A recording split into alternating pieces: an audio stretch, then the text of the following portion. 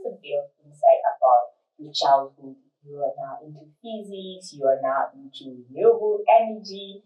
Like, were you always into this as a child, or is it something that happened recently? When we look at my interest in physics, so for early high school, I did take a keen interest into physics, yes, but then I fell out of love with physics, which is a little crazy because I do have 2 physics degrees right now under my belt.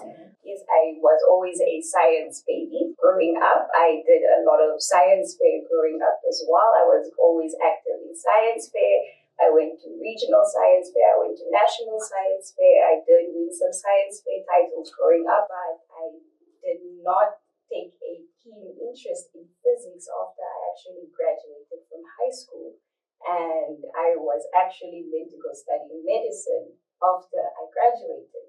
However, things took a little detour. And in first year, because my parents aren't very supportive of gap years, so my parents encouraged me to take a science course instead and to apply for medical school for my next year. But then I took science, and a physics lecturer of mine made me fall in love with physics again. Okay. So I decided that I was going to stick with physics. Welcome to Career Quest Podcast, your ultimate guide to discovering a world of exciting career possibilities. Here, we provide you with insights to guide your career path and explore various professions, all while sharing stories from professionals who be where you are, unsure and searching for inspiration. Our vision is to empower young Namibians with the knowledge and inspiration to make informed career choices through real-life experiences. My name is Selma Ndasilohenda Iyambo, your host for Career Quest Podcast, and I'm excited to embark on this journey with you. You can follow Career Quest Podcast on our various social media platforms like Facebook, Twitter, Instagram, and TV Namibia. Or you can listen on our website at www.oneeconomyfoundation or on Spotify, Apple Podcasts, or wherever you find your podcast. Joining us in studio today is Aina Kauluma. She holds an honors degree in applied science from the Namibia University of Science and Technology, popularly known as NAP. She was born in Ondangwa and raised in Oranjemund. Aina's journey began with her passion for science and innovation. She also pursued an undergraduate degree in physics and mathematics and now completing her master's degree in renewable energy at the University of Namibia, popularly known as UNAM. Her career highlights include working as a renewable energy analyst at the Daures Green Hydrogen Village and spending a semester in Germany as a guest researcher at the University of Stuttgart's Institute of Energy, Economics, and Regional Energy Use. Beyond her professional achievements, Aina serves as a board member of the European Union, or rather the Youth Summit Board of the European Union, and supports Weni Kavango Project, an NGO that empowers vulnerable children in the Kavango East community. Aina, welcome to Career Quest Podcast. Thank you so much for taking time to be here with us. How are you doing today? Thank you so much for having me, Selma. I'm doing good. How are you? I'm so excited to have you here and can't wait to hear about your story. Now, Aina, beyond all these accolades that I mentioned, can you please give a brief introduction as to what is that one thing or 2 things that you like our guests to know about you? I don't know, after you've given me such a brief or such a very well-rounded introduction, I don't know what else there is to add. Like a fun aspect of your life that you love us to know about? Outside of the fact that I love doing sports as well, so that is a great add-on to have as well, because I do think that outside of doing all these things to add on to your career, I do feel like you should have a work-life balance. And I do feel like with that, you should also very much focus on your mental health. And with that, I like to focus on my physical health as well. So I do have a tendency of focusing on hikes and marathons. I know that is a topical thing in Namibian culture as of late. Everyone is going on a marathon every weekend or every other weekend. But I do enjoy doing those things and going to the gym as well. And I love playing tennis. So that is something that I also throw into the mix. So I like to balance my work and my life and my school with all of those things outside of the whole sustainable living and sustainable lifestyle and the sustainable work being incorporated into all of that. Yes. Amazing, Anna. So before we can actually dive into this whole conversation, give us a bit of insight about your childhood. You are now into physics, you are now into renewable energy. Like, were you always into this as a child, or is it something that happened recently when you got to now university? When we look at my interest in physics, so for early high school, I did take a keen interest into physics, yes, but then I fell out of love with physics, which is a little crazy because I do have 2 physics degrees right now under my belt. But at some point, I was always a science baby. Growing up, I did a lot of science fair growing up as well. I was always active in science fair. I went to regional science fair. I went to national science fair. I did win some science fair titles growing up. My school was very active in the science fair world. In Namibia, they still are very active. My high school, my primary school, they are very active in that. They find great importance in investing in science and all those different aspects in terms of education and everything. But I did not take a keen interest in physics after I actually graduated from high school. And I was actually meant to go study medicine after I graduated. However, yes. However, things took a little detour. And in first year, because my parents aren't very supportive of gap years, and that is the reality of a lot of our parents. They do not support their kids taking gap years. So my parents encouraged me to take a science course instead and to apply for medical school for my next year. But then I took science, and a lecturer of mine, a physics lecturer of mine, made me fall in love with physics again. Okay. So I decided that I was going to stick with physics. And luckily, I have very, very supportive parents that have this notion that if you love something, you should continue doing that specific thing. If that is what is going to make you happy because it is your life, you should continue doing that thing. Like, yes, maybe you wanted to study that specific thing for all those years of high school, but now you've changed your mind, and you are allowed to change your mind because it is your life and they cannot dictate what you do with your life. And I understand that a lot of people growing up, they are not privileged to have that kind of support within their lives. But then I have that privilege, I have that support behind me. So I got to make that decision for myself. So I decided to continue with that specific degree. Like, yes, I did apply for med school and I did get in. So you're just like, I love it here, but yes. And I did also get 2 other separate scholarships to go study something else that was medically related as well. And then another scholarship to study actual medicine outside of the country. And I had to make a decision about whether or not I wanted to go study medicine or if I wanted to continue with the science degree. But then my parents did sit me down and they did ask me, now after I get this science degree, if we look at the reality of things, what is it that I want to do with this specific degree? Like, if we're being realistic now and looking at the landscape of Namibia, or just the landscape of the reality of things right now, what is it that I want to do? How does this specific degree, or how will it align with my interests?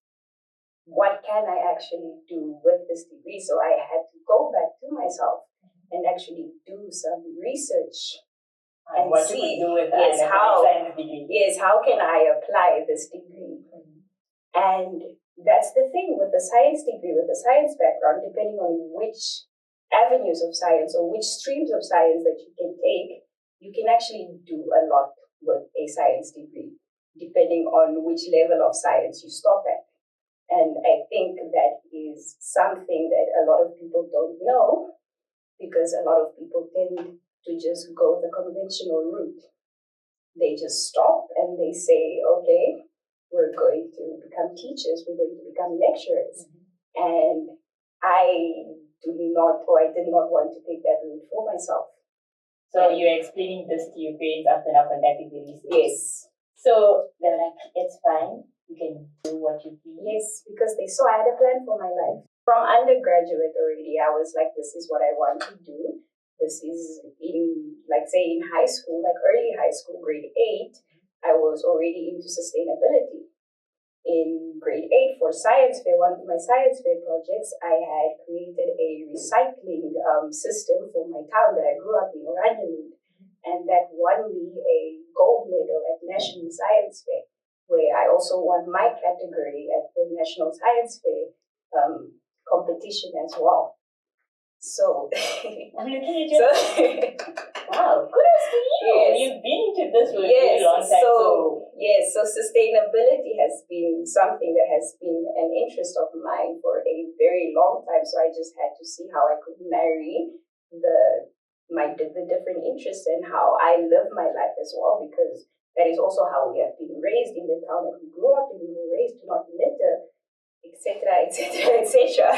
So it is something that you just it shaped you as to who you are as an individual. Exactly that. You need to give kudos to your parents for being very supportive, because this is not a luxury that most young people have. Exactly that. Now let's take back. You said you went to Oranjemund. So which school in Oranjemund did you go to? I only had one school, so. So you went to a private school? Yes, I went to Oranjemund Private School. That's the school that that is my foundation. That's where I matriculated from as well. So yes, Oranjemund Primary, Oranjemund Private School. So I went for high school as well. So okay. Yeah. Now let's take it back to how you then decided you're not going to go with the conventional path of what you can do with an applied physics degree. So what did you opt to do instead of now being a lecturer and being a teacher before you got with this renewable energy analyst? Yeah. But what were you doing before that? Oh, I took a break from school. Actually, that time my parents actually let me take a break. For once, they said it's okay. I understand, but that was also because we were in the midst of COVID, and I went through a lot in COVID because after I got my honors degree, because the way NAST is set up is that you get your bachelor's, you do 3 years, and then you do your specialized honors degree. It's not set up in the same way that UNAM's science degrees are set up, where you do the full 4 years. Yes. So you had to get 3 years, and then after that, you just go for my honors. Yeah, so that's why I have the 2 degrees separately. But then it's also a little bit of a flex where you can say, oh, I have 2 degrees. I wish I could say I had 2 degrees. In my case, it was like straight honors. There was no way to be like, I have a degree and an honors. It's just like I have one of those. But now let's look at it. So it was in the midst of COVID. You took a gap year. So what did you do after this gap year? So after the gap year, that is when I had to make the decision on what exactly it is I wanted to go do. If I wanted to go do my master's, or which master's it is I wanted to go do. And luckily, because I have that honors degree in applied physics, you are not limited to the kind of masters you want to do. Like right now, because I am actually I've submitted my thesis. I'm literally just waiting for my results now. I am on the cusp of getting my master's degree. But right now I could still go apply and go do a master's degree in a variety of different fields right now, because my honors degree does not tie me to specific fields. And that is why I love science degrees so much, because you can branch out and you can specialize in a bunch of fields. You can go specialize in a bunch of engineering fields if you'd like. Maybe I should have done it in applied science. Maybe I should have. No, I should have had this conversation with you prior to pursuing. You could have, and I think that is one of the things that a lot of learners, like say high schoolers, don't know.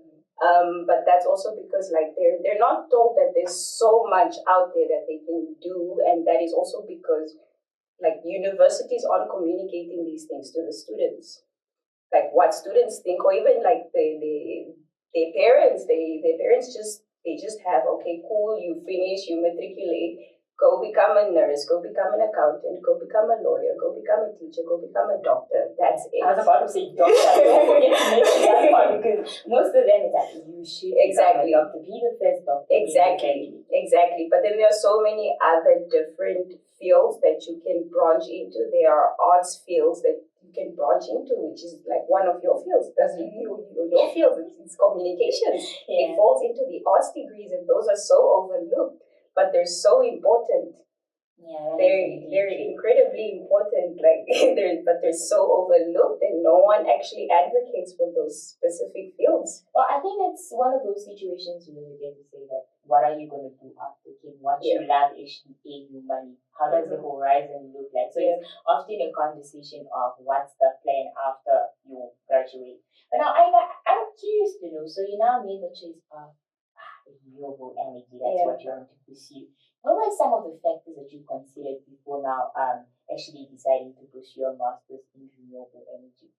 Well, for me, for renewable energy, it was either renewable energy or studying sustainable energy systems at NUST. So those were my two options, because I didn't want to go too far away from home. It was a little too late for me to apply outside of the country. So those were just my two other options, and I just wanted to study renewable energy with UNAM, because UNAM's stream was focusing more on solar, and solar was what I wanted to go specialize in. Not green hydrogen, which is actually hot subject. It's the hot subject, and it's the field that I actually do currently work in at the moment. But like the field that I actually am passionate about, and the field that I actually wanted to gain like all my expertise in, is actually the solar industry. So that is why I decided to get the master's in renewable energy at the institution that I study at right now. So everything is a little more calculated, because you can't just dive into something blind. I was about to say, I love how calculated you are. Every move needs. Yeah, that's how you're a chessboard right now. Yeah, that's it, because it's your life. You can't play around with your life. You actually do have to do research when it comes to your life. I hope you had that. You need to do research when it comes to your life. So before you make a choice as to what career choice you're going to pursue, calculate it, have those moves as to what's going to happen. If this job doesn't take me, what other job can take me? And what other fields of study can I be able to pursue masters in? Because you're not just going to end at an honest degree. It actually keeps getting higher. And I love how that is coming out from Aina's story. Now, I'm just curious to know that you're now doing renewable energy, you're still pursuing your master's degree. What do you feel as to what a typical day looks like in the life of a renewable energy analyst who is also a student? How does that look like? I mean, right now, because I'm actually done. I want you to take us as when I was deep in the midst of it. How does it look that like? was extremely challenging. That was extremely challenging for me to actually balance. Like some days some things suffer more than other things suffer. They will like have a hectic day at work, you have an assignment. How was that? Like, please walk us through your days, how you get to your office. The last time when you have to go to classes. I'm so curious to, I mean, I think I was grateful for the fact that when I got my job, I was actually done with my classes. Yes. So there was a balance there where when I actually did finally get my job, I did not have any full-time classes to actually attend. I was done with that. It was just my research that I had to focus on, but then that is also very demanding. that is demanding, and then you also have the meetings, your supervisory meetings with your supervisor that you also have to constantly attend. But then luckily I have some understanding bosses where you can be like, I could literally just go to them and be like, hi, it's one of those days I have to like go see my supervisor on campus right now. So I'm going to have to leave earlier, or I have to take off a week right now of work because I have the submission that's due and I'm not going to be able to give my all to work for the week because it's crunch time for my degree. I need this master's. I need this master's because it's not only going to benefit me, but it's also going to benefit you as a company. And they would be very understanding towards that. And because I would also still avail myself when there is an emergency, because I could still work remotely. Because even when I did go to Germany, I was still working remotely for them. So, I'm still curious to know. You answered the question, but I'm curious to know. So, day to day. What day to day analysts do now? Okay, day to day. Yeah, I go to my office. Like it's because now we're working like it's a smaller company. It's not as big as the other like energy companies. It's not as big as the other green hydrogen companies. So our team isn't as big as all these other companies. So you tend to wear many different hats. So sometimes you do a few things that do not technically fall under your expertise. So I have developed some skills that I didn't think I would actually develop, or like I do get some responsibilities that I never knew I would have to tackle. But I think that's just the nature of work. Yeah, that's just the nature of work. Like that is expected. So I think if other people or other younger people are watching this podcast, that's just something that they are going to face. And they need to prepare. Yeah, they need to prepare for that. They can't go to their bosses and be like, ooh, this isn't in my contract. This is not part of my job description. You just have to learn on the job and everything. But usually when I get to the office, what I do, because I do work with the energy, the energy packages and everything that are on site at the moment, so I do monitor them remotely. Okay. So I have access to those systems that monitor the. So I'm constantly monitoring them to make sure that they are operating efficiently and everything. So I'm constantly every single morning. You have to go. I'm always monitoring them, and then I'm always in constant contact with the electrician that's on site as well because he reports to me and everything. So we are in constant contact and everything. So if anything is array with that, we have to contact everyone so we can get that fixed because everything depends on that. So it's very important. So it's a big responsibility as well. And then also, I also do a lot of data analysis that comes with our wind data and our solar data that's on site because we do have two MECMOS that are on site that have been capturing some wind data that's on site for a full year now. So we have been analyzing that data. Like, yes, we have our own external service providers that are providing us with some other things for the company, but then we have our own internal team that's also just analyzing the data for ourselves just so we can understand it and everything. So I've also been doing all of that, and then we have some other projects that we've been working on, and we are also designing some other systems. Then that is also my responsibility to design and optimize all those systems.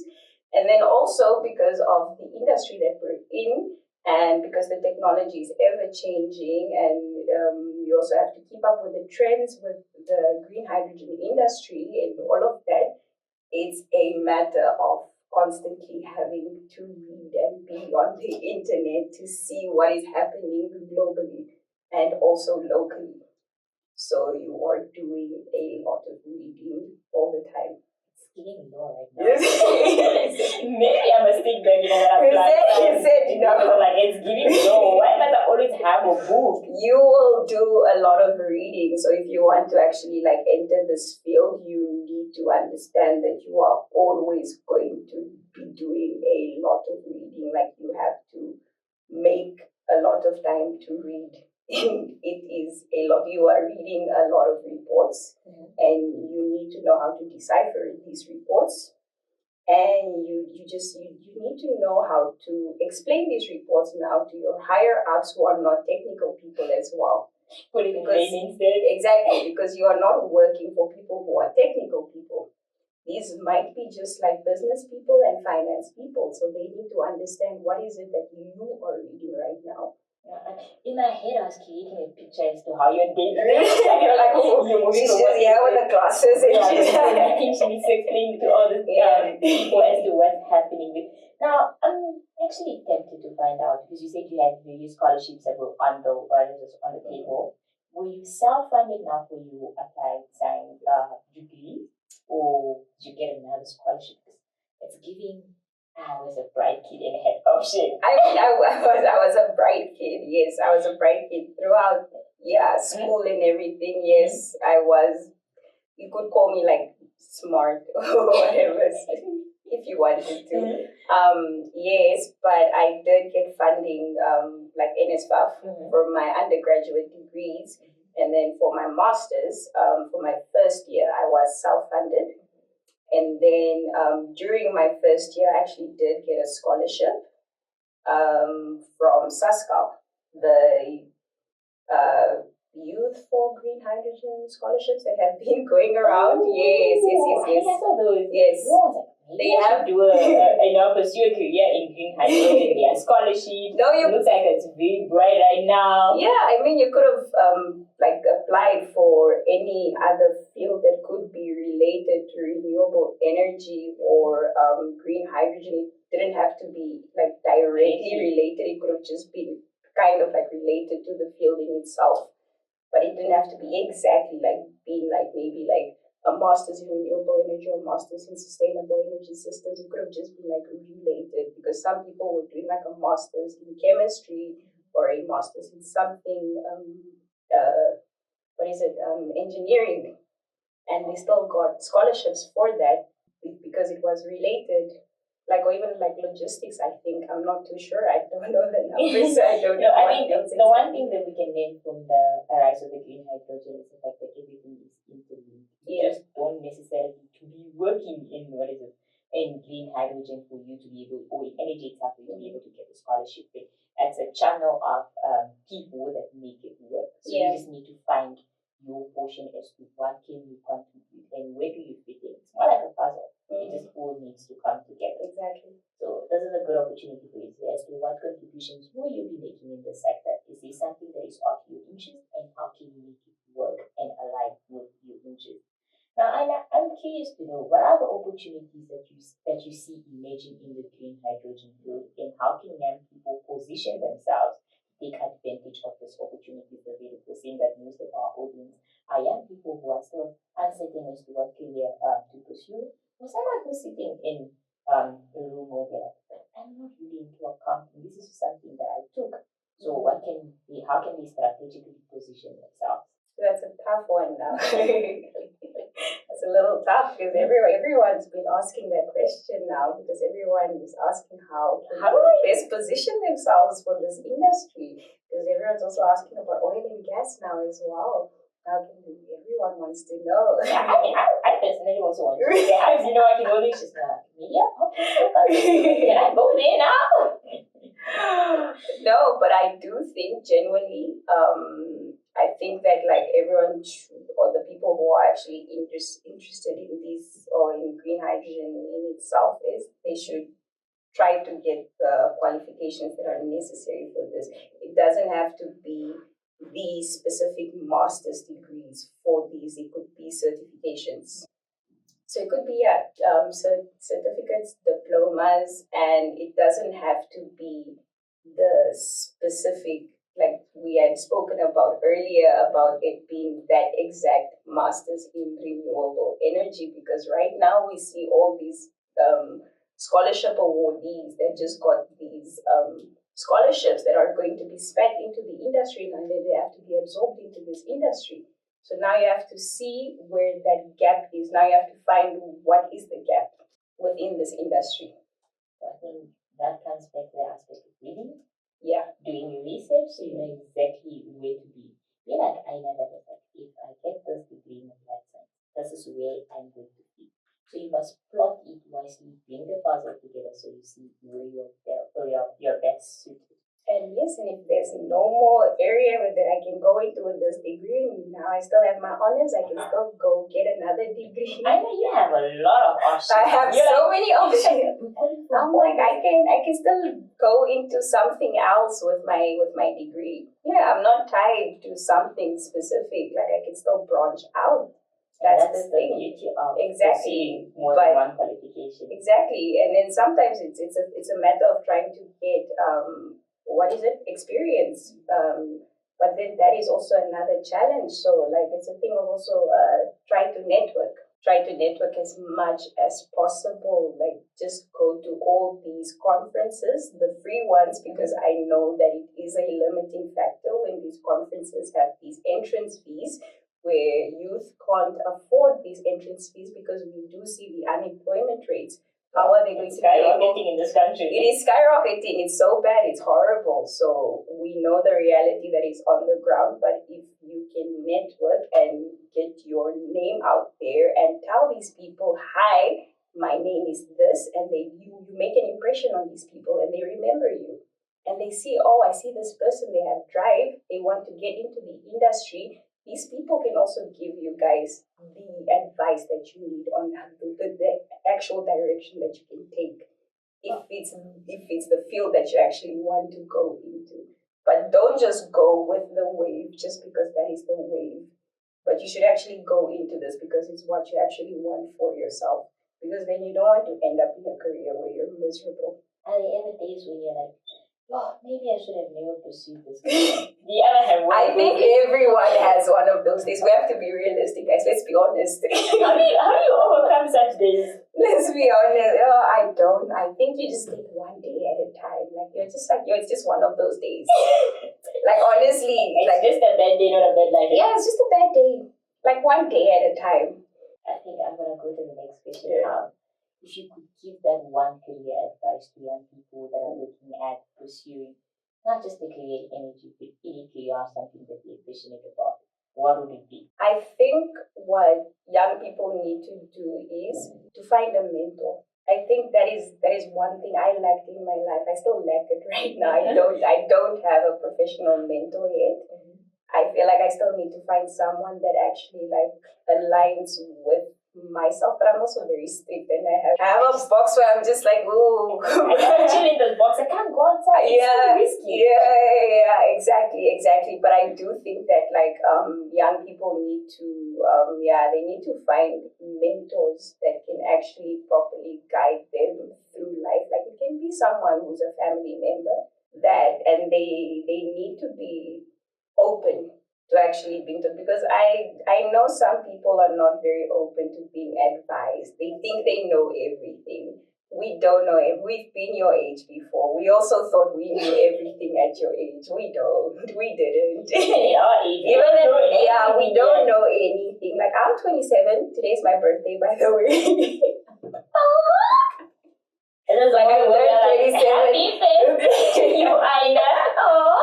And you still made time to be here with us. Yay! Wow. No, I had to show up. I commit. I feel very special. I don't know about you as our listener, but I'm honored that you took time on your birthday to be here. Yeah. I'm about to shed a few tears. I feel very special. So happy birthday to you, Aina. Thank you. And as you've heard, she just turned 27. She doesn't know it all. Yeah, we don't know anything. As you grow, you figure it out, you learn, but you should always be open to learning. Yeah, you should always be open to learning and be open to change as well. Like, if you pivot, encourage all of that. Encourage change, embrace it. I changed my mind about the career that I wanted to go into.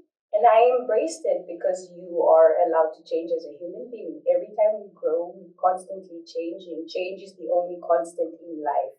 So that is expected. So if you grew up thinking you were going to become an accountant your whole life, and then you're in grade 12 and you realize you hate finance, That's okay. that is okay. That is okay. You're allowed to pivot and change your mind if it's going to upset your parents. They're going to get over it. Eventually. Eventually. It's better for them to get over it rather than you going to work every day and be miserable in a career you don't love. Exactly. And also, let's talk about how expensive education is. Getting into debt, if you get an asset loan, just for a career you don't love, now you must go to that miserable job. Not a job being miserable, you just don't like it anymore, don't love it as much. Now you're going to try to earn that money back, so you pay back a loan, something you don't even love. Exactly. So it's a lifetime commitment, and you need to sit down and evaluate as to what you need to do. Now you spoke about the importance of us being open to learning and to change. You are still in your early career of renewable energy. Yeah. What are some of those challenges that you now face in your early career or adjusting to this job? Because you're like, yo, it's one thing to pursue a degree and get a qualification and get the theory. It's another thing for you to practice it. Yeah. How is that transition for you? I mean, we're still busy transitioning. Like, I just arrived. I just arrived. But I think one big thing is, and I think all of us do experience that, is imposter syndrome. Like, I think about it, man. I think that is a big thing in all of us, and it also doesn't help that I am in a male-dominated field. Let's talk about that. Ooh. So then that also just doubles that imposter syndrome, because you're like, oh, every time you walk into these meetings, or you are the one that's leading these meetings now, it's just men that are surrounding you. Yeah, that they're all surrounding you, and you're like, oh, should I actually be here? Like, do I deserve to be here? Am I even saying what I need to Exactly. say? The confidence is also shaken. Exactly. And I suffer from anxiety as well. So that is also a big fact. Like, I know that I know my work. My work is good and everything, but the anxiety takes over, and then you start to stutter and everything, but you know you're doing a good job. But your brain is also your enemy. And you kind of have to talk yourself like out of it while you're busy doing You're already on stage. Exactly. You're also already on stage, and also like on the side sometimes for work. I do, or I am approached to give some lectures to some outside organizations. They just approach me just because I am in the position. You are. Yeah, just because I am in the position that I am. But yeah, imposter syndrome is one of those things. But yeah, the male-dominated field and everything. I don't know. Well, I mean, I could relate. Yeah, imposter syndrome is just like an embracing change. It doesn't come easy. It's one thing for us to just like embrace change, but it's another thing for you to actually practice. I'm going to the fun part of this whole conversation because you're like, you were in Germany for an internship. Like, was that with school? Was that with work? How was your experience there? That was actually it was with school. Yeah. So it was part of the scholarship that I got. So in terms of the scholarship, for all the students that actually got the scholarship, it was required for all these students to actually do a semester abroad at a German institution for their research.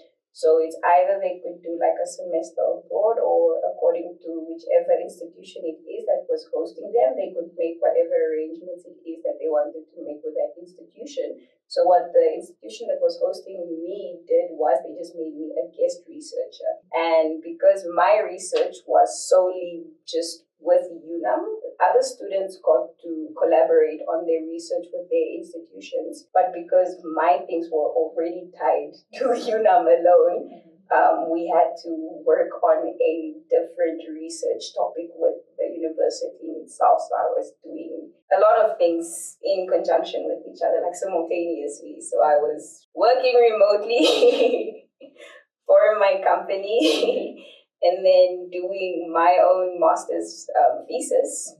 And then I was also doing the research for this institution now collaboratively with them.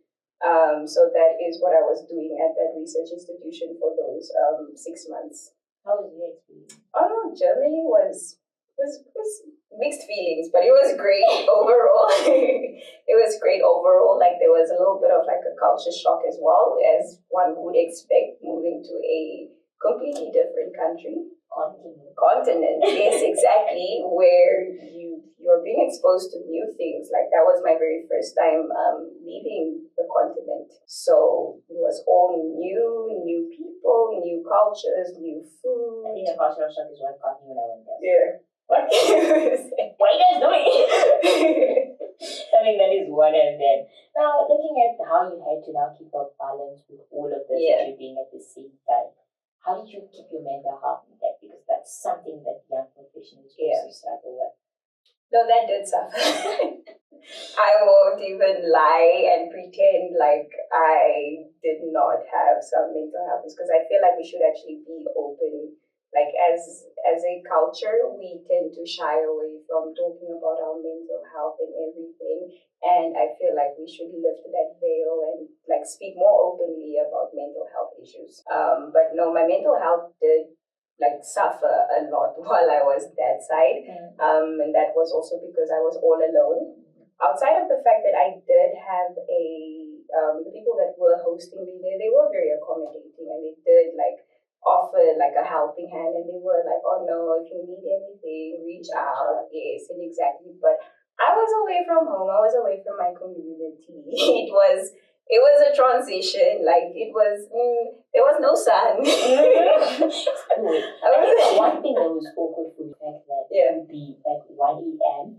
and it's still bright. And like, the sun didn't set for you at 1 a.m. We didn't. Really? Sure, okay. You would wake up and you're like, no, what time is it? The first day I thought I was really late. Really? Yeah, it was just 4 a.m.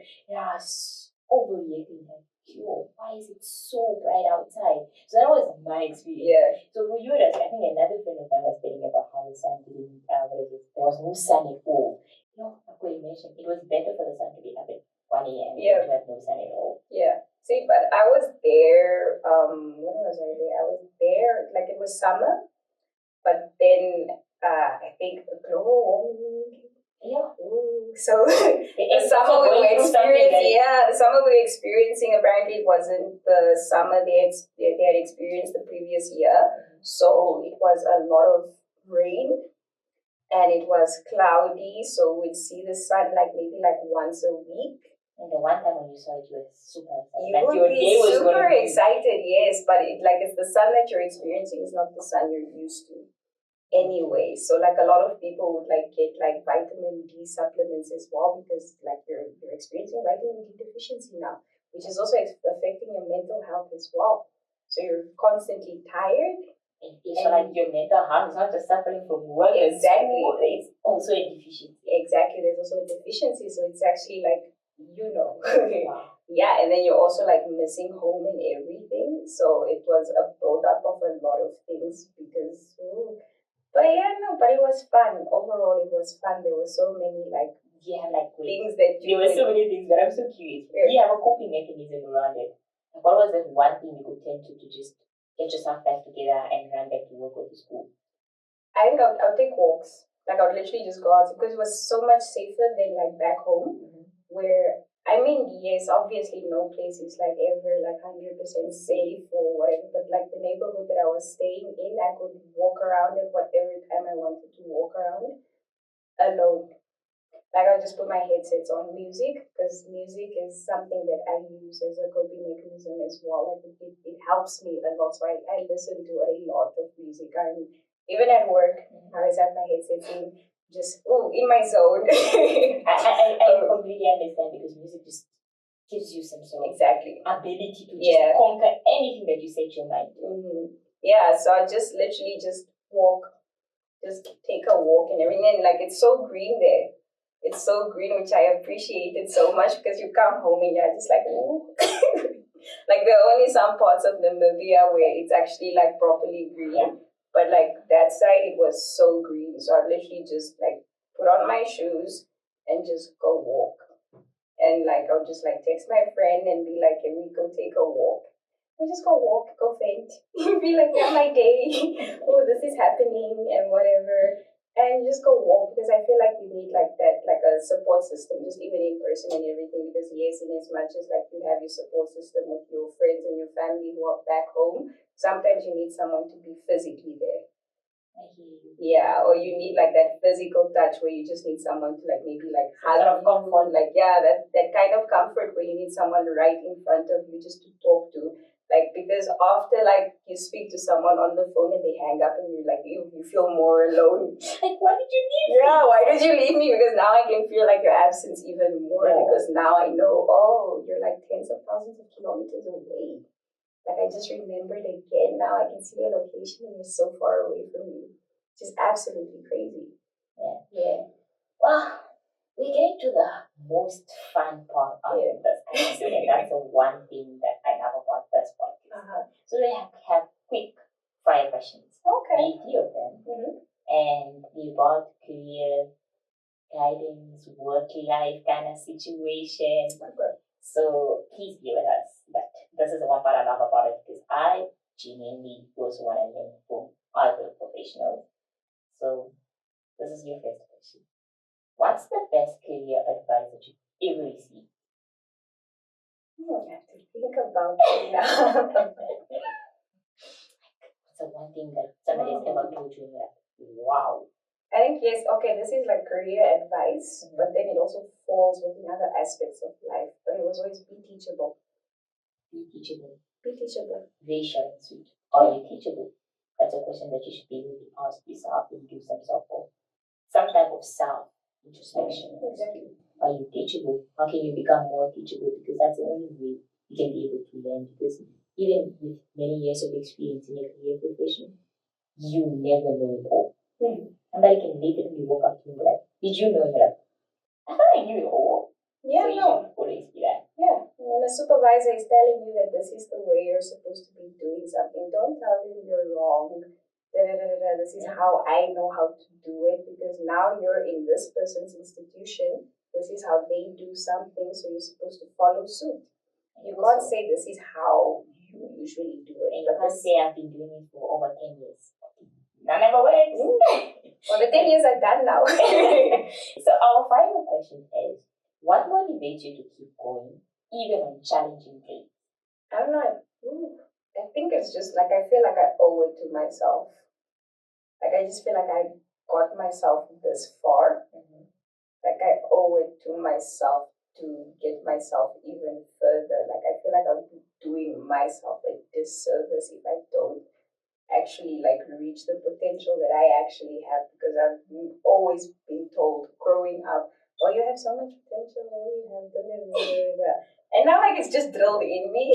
So I feel like I'm okay. I'm kind of like okay with like disappointing other people because I feel like it's on you for putting me on that pedestal and everything. But I can't disappoint myself.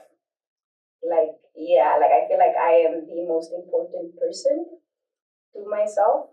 So I hold myself in very high regards when it comes to myself. But other people's opinions, I don't care that much. I'm gonna try and practice this hack. Yeah. Because like disappointing people. Like no, I'm not fully because like you disappoint them and then what will they do? What do they do with that disappointment after they have it? What power do they actually have over you outside of like the power you have over yourself? You can have no sense of things. How many of us are going to stand it? Because that's the one thing I'm like, on challenging days, I'm going to remember how much potential I have. And with that being said, we have come to the end of our episode. Do you have any advice that you want to give out to young people listening to our podcast or to young professionals that are still going through it and having their best days, but some days are just harder than others? I don't know. I think, just don't give up. I think you're allowed to give up for a day, but then pick yourself up the next day and just continue. But you are allowed to give up for one day. But you need to pick yourself up and continue because the show needs to go on. Exactly. And With that being said, we have come to the end of our second episode of Renewable podcast. Thank you so much for sharing your insights with us and your life journey with us, Aina. We highly appreciate the fact that you took time from your very busy schedule to be here, even on your birthday. I think that's the highlight of my day. And to our listeners, thank you for joining us on this exciting journey and for always listening to our podcast. Remember, you can engage with our podcast through our various social media platforms, and you can be able to now listen on Spotify, Apple Podcasts, as well as our Foundation.